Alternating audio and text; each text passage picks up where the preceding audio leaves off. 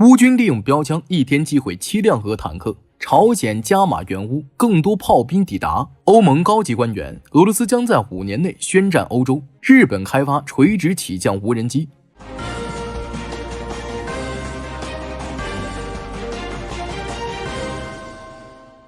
根据福布斯网站2025年1月22号报道，乌克兰海军陆战队的一支标枪导弹小组在2天内摧毁了7辆俄军车辆，包括3辆坦克和4辆 BMD-4 战车。俄军损失的这些车辆对于俄罗斯来说是难以承受的。标枪反坦克导弹是由美国德克萨斯仪器公司与马丁玛丽艾塔公司于1989年开始研制，1996年正式服役的便携式反坦克导弹系统。该导弹全长 1.08 米，重量为 12.1千克，最大射程可达2500米。其独特的红外成像导引系统使得导弹具备了发射后不管的能力，极大提高了使用者的生存能力和隐蔽性。导弹的战斗部为串联式巨能破甲弹，能够穿透750毫米的军制钢装甲，对敌方坦克和装甲车辆形成巨大威胁。自俄罗斯对乌克兰发起全面侵略战争以来，美国前总统乔拜登政府通过多次援助，向乌克兰军方提供了超过1万枚标枪反坦克导弹。在库尔斯克，俄军主要依靠步兵进行攻击，原因是现代化装甲车辆的数量日益短缺。当俄军发动机械化进攻时，乌克兰的标枪导弹小组会在外层的地雷区和小型爆炸无人机之后伺机待命。我们的坦克在前线被反坦克导弹锁定。该博主抱怨道，由于标枪导弹的威胁，俄军坦克只能在隐蔽位置行动，无法有效执行接近敌人并直接开火的任务。乌克兰的空降突击旅的标枪小组以其致命精准的打击而闻名，但在库尔斯克，海军陆战队和特种部队也参与了这场导弹战斗。据乌克兰国防部透露，近期乌克兰第36海军陆战旅的一支标枪小组在2天内摧毁了3辆敌军坦克和4辆 BMD-4 战车。此外，乌克兰国民警卫队第5特种部队团也在夜间发射标枪导弹，即使是在夜幕的掩护下，俄罗斯占领军也无法隐藏。爱沙尼亚分析师 War Translated 的评论道，虽然俄罗斯在库尔斯克也装备了大量反坦克导弹，但俄军的几乎所有进攻都受到乌克兰标枪导弹的打击，使得俄罗斯的少数装甲车辆惨遭摧毁。尽管如此，随着乌克兰标枪导弹库存逐渐消耗殆尽，未来的战斗中，除非新任美国总统唐纳德·特朗普决定继续向乌克兰提供更多标枪导弹，否则乌克兰将面临导弹短缺的问题。但对于目前在库尔斯克地区遭遇毁灭性打击的俄军坦克兵来说，这无疑是一个巨大的打击。根据乌克兰国防情报局局长基里洛·布达诺夫在接受 The War Zone 独家采访时透露，朝鲜预计将在不久后向俄罗斯的库尔斯克地区派遣增援部队，这些增援部队主要由导弹和炮兵部队组成，负责操作数百套火炮和火箭炮系统。同时，朝鲜还向俄罗斯提供了 KN-23 短程弹道导弹。布达诺夫指出，这些炮兵装备将支持朝鲜和俄罗斯的联合行动，而这些导弹则将专门用于俄罗斯的军事目标。此外，朝鲜还将对俄罗斯部队进行相关武器系统的操作培训。布达诺夫表示，我们预计不会看到大量新的地面作战部队。他还提到，乌克兰特种部队曾发布过一段视频，展示了乌克兰部队与朝鲜士兵交战的场景。布达诺夫的言论进一步证实了《纽约时报》周3的报道。报道称，朝鲜的增援部队预计将在未来2个月内到达库尔斯克地区。该报道并未透露增援部队的具体人数或类型。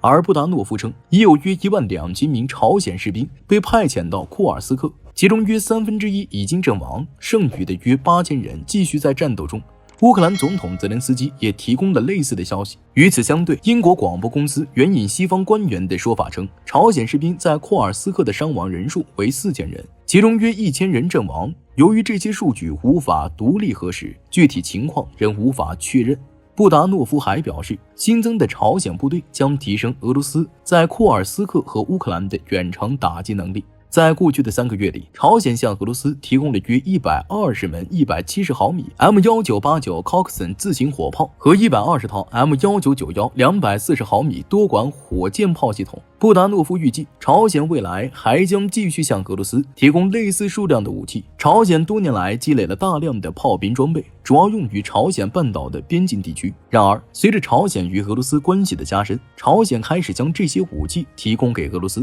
尤其是在俄罗斯急需炮弹的情况下。布达诺夫表示 ，Coxon 火炮的170毫米炮弹具有很强的打击能力，射程可达37英里，能够有效对抗俄军和乌克兰部队。M1991火箭炮系统拥有22个发射管，最大射程同样可达37英里。此外，布达诺夫还透露，朝鲜预计将在2025年继续向俄罗斯增送150枚 KN-23 短程弹道导弹。去年，朝鲜已向俄罗斯提供了148枚该型导弹。这些导弹已在库尔斯克和布良斯克地区发射，并且朝鲜士兵将继续对俄罗斯军队进行相关导弹使用培训。朝鲜提供的这些导弹最早于2024年1月对乌克兰进行了首次攻击，尽管效果不佳，朝鲜的增援部队和武器装备无疑加剧了乌克兰面临的挑战。布达诺夫表示，尽管朝鲜部队的语言和作战方式有所不同，导致他们的作战效率受到一定限制，但由于朝鲜士兵的数量庞大，乌克兰不得不消耗更多的弹药，并在一些情况下必须防守本不需要的阵地。布达诺夫并不看好朝鲜士兵的作战能力，他形容朝军就像生物机器人一样。欧盟外交与安全政策高级代表卡雅·卡拉斯近日在布鲁塞尔举行的欧洲防务局年会上警告称，俄罗斯可能在未来3到5年内对欧盟成员国发动军事攻击。卡拉斯表示，许多欧盟成员国的国家情报机构提供了相关信息，表明俄罗斯有可能测试欧洲的防御能力。卡拉斯并未透露俄罗斯具体的攻击计划，但他推测欧洲有可能借助乌克兰在与俄罗斯的战争中抵抗侵略，从而争取到更多的准备时间。因此，欧盟的首要任务依然是继续加大对乌克兰的军事支持。他强调，毫无疑问，我们可以做得更多，帮助乌克兰战胜这场战争。卡拉斯还呼吁欧盟国家增加防务投资，不仅仅是用来防御战争，更要做好战争准备。他指出，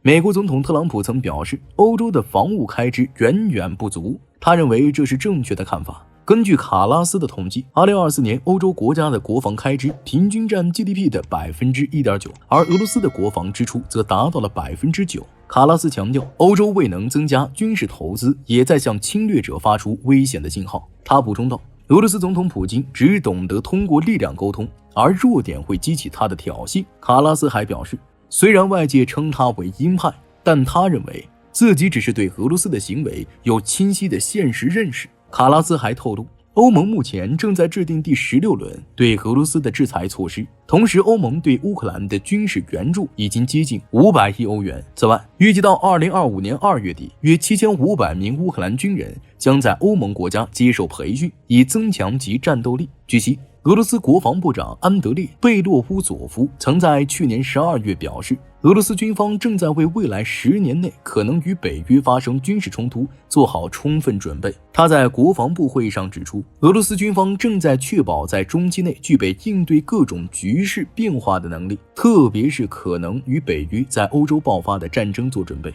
卡拉斯的讲话再次提醒了欧洲国家加强军事建设和防务能力的重要性，尤其在当前国际形势复杂、地缘政治风险不断上升的背景下。据日本经济新闻1月21号报道，日本防务省计划从2025年度起研发垂直起降无人机，完成原型机测试后，将进行一系列测试，涵盖攻击、运输、侦察等多种任务。垂直起降无人机研发成功后，可在没有跑道的情况下进行机动部署，从而在执行任务时最大限度地减少伤亡。该无人机将首先交付给陆上自卫队，关于其续航里程和有效补给载荷等性能参数，将在后续的设计和测试过程中进一步确定。此次研发经费已纳入2025年度预算，预计在2027至2028年度，防卫装备厅和自卫队将进行测试，以验证其实际效果。之后将研究是否进入量产阶段。无人机一般有专门的使用功能，但也可与其他设备结合使用，能够在物资难以到达的区域发挥多重作用。防卫省和自卫队正在加快无人机装备的部署步伐。根据政府2022年通过的国家安全保障战略等安保3文件，其中明确将无人机资产防御能力作为关键政策之一。无人机的投入使用不仅能有效减少自卫队员的伤亡，还能缓解低出生率带来的自卫队人员短缺问题。本期视频到此结束，欢迎大家在评论区留言讨论。我是大兵，我们下期再见。